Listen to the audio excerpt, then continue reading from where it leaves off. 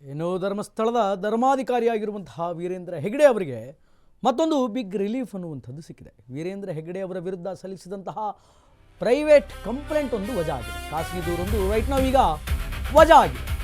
ಧರ್ಮಸ್ಥಳದ ಧರ್ಮಾಧಿಕಾರಿ ವೀರೇಂದ್ರ ಹೆಗಡೆಗೆ ರೈಟ್ ನಾವ್ ಈಗ ಬಿಗ್ ರಿಲೀಫ್ ಅನ್ನುವಂಥದ್ದು ಸಿಕ್ಕಿದೆ. ವೀರೇಂದ್ರ ಹೆಗಡೆ ವಿರುದ್ಧ ಸಲ್ಲಿಸಿದಂತಹ ಖಾಸಗಿ ದೂರು ಈಗ ವಜಾ ಆಗಿದೆ. ನಾರಾಯಣ ಸಾಫಲ್ಯ ಮಗ ಗಣೇಶ್ ಸಲ್ಲಿಸಿದಂತಹ ಖಾಸಗಿ ದೂರು ಈಗ ಆ ದೂರು ವಜಾ ಆಗಿದೆ. 42ನೇ ವಿಶೇಷ ನ್ಯಾಯಾಲಯದಿಂದ ಖಾಸಗಿ ದೂರು ವಜಾ ಆಗಿರುವಂತಹ ವಿಚಾರ ಬೆಳಕಿಗೆ ಬರ್ತಾ ಇದೆ. ನ್ಯಾಯಮೂರ್ತಿ ಸಂದೀಪ್ ಪಾಟೀಲ್ ರವರಿಂದ ಅವರ ಪೀಠ ಏನಿದೆ ಅದು ಈಗ ಈ ಆದೇಶವನ್ನು ಹೊರಡಿಸಿದೆ.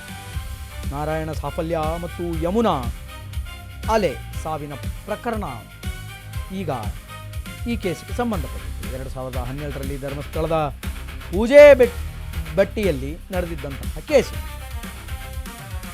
ಇದಕ್ಕೆ ಧರ್ಮಾಧಿಕಾರಿಗಳಾದಂಥ ವೀರೇಂದ್ರ ಹೆಗಡೆ ಮತ್ತು ಅವರ ತಮ್ಮ ಹರ್ಷೇಂದ್ರ ಕುಮಾರ್ ಸೇರಿ ಇತರರ ವಿರುದ್ಧ FIR ದಾಖಲಿಸಬೇಕು ಅಂತ ಜೋರಾಗಿ ಸದ್ದು ಮಾಡಲಾಗಿದೆ. ಅಲ್ಲದೆ ತನಿಖೆಗೆ ನಿರ್ದೇಶನ ನೀಡಬೇಕು ಅಂತ ಖಾಸಗಿ ದೂರನ್ನು ಕೂಡ ಕೊಡಲಾಗಿದೆ. ಈ ಸಂಬಂಧ ಸಿ ರಿಪೋರ್ಟ್ ಸಲ್ಲಿಸಿದಂತಹ ಬೆಳ್ತಂಗಡಿ ಪೊಲೀಸರು ಸಿ ರಿಪೋರ್ಟನ್ನು ಸಲ್ಲಿಸಿದ್ರು.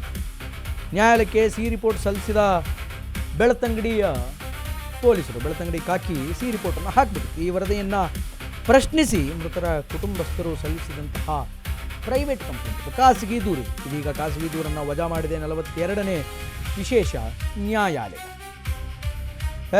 ಧರ್ಮಸ್ಥಳದ ಧರ್ಮಾಧಿಕಾರಿ ವೀರೇಂದ್ರ ಹೆಗಡೆ ಅವರಿಗೆ ಮತ್ತೊಂದು ಬಿಗ್ ರಿಲೀಫ್ ಅಂತ ಹೇಳ್ಬೋದು. ವೀರೇಂದ್ರ ಹೆಗಡೆ ವಿರುದ್ಧ ಸಲ್ಲಿಸಿದಂತಹ ಖಾಸಗಿ ದೂರೊಂದು ಮತ್ತೆ ಈಗ ವಜಾ ಆಗಿದೆ. ನಾರಾಯಣ ವೈಫಲ್ಯ ಮಗ ಗಣೇಶ್ ಸಲ್ಲಿಸಿದಂತಹ ಖಾಸಗಿ ದೂರು ಈಗ ವಜಾ ಆಗಿದೆ. 42ನೇ ವಿಶೇಷ ನ್ಯಾಯಾಲಯದಲ್ಲಿ ಈ ದೂರನ್ನು ರಿಜಿಸ್ಟರ್ ಮಾಡಲಾಗಿತ್ತು.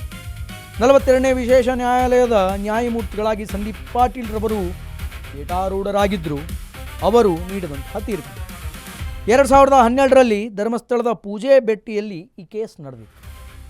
ಏನು ಅಂತಂದರೆ ನಾರಾಯಣ ಸಾಫಲ್ಯ ಮತ್ತು ಯಮುನಾ ಅಲೆ ಇವರಿಬ್ಬರ ಸಾವಿನ ಪ್ರಕರಣ. ಈ ನಾರಾಯಣ ವೈಫಲ್ಯ ಅನ್ನುವಂಥವರ ಮಗ ಗಣೇಶ್ ಸಲ್ಲಿಸಿದಂತಹ ಪ್ರೈವೇಟ್ ಕೇಸ್ ಖಾಸಗಿ ದೂರು ಈಗ ದೂರನ್ನು ವಜಾ ಮಾಡಲಾಗಿದೆ.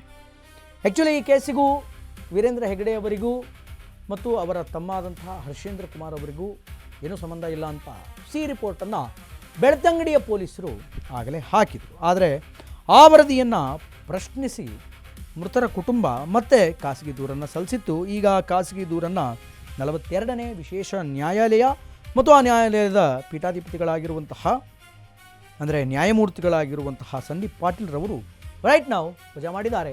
ಒನ್ಸ್ ಅಗೇನ್ ಧರ್ಮಸ್ಥಳದ ಧರ್ಮಾಧಿಕಾರಿಗಳಾದ ವೀರೇಂದ್ರ ಹೆಗಡೆ ಅವರಿಗೆ ಒನ್ ಮೋರ್ ರಿಲೀಫ್ ಅನ್ನುವಂಥದ್ದು ಸಿಕ್ಕಿದೆ.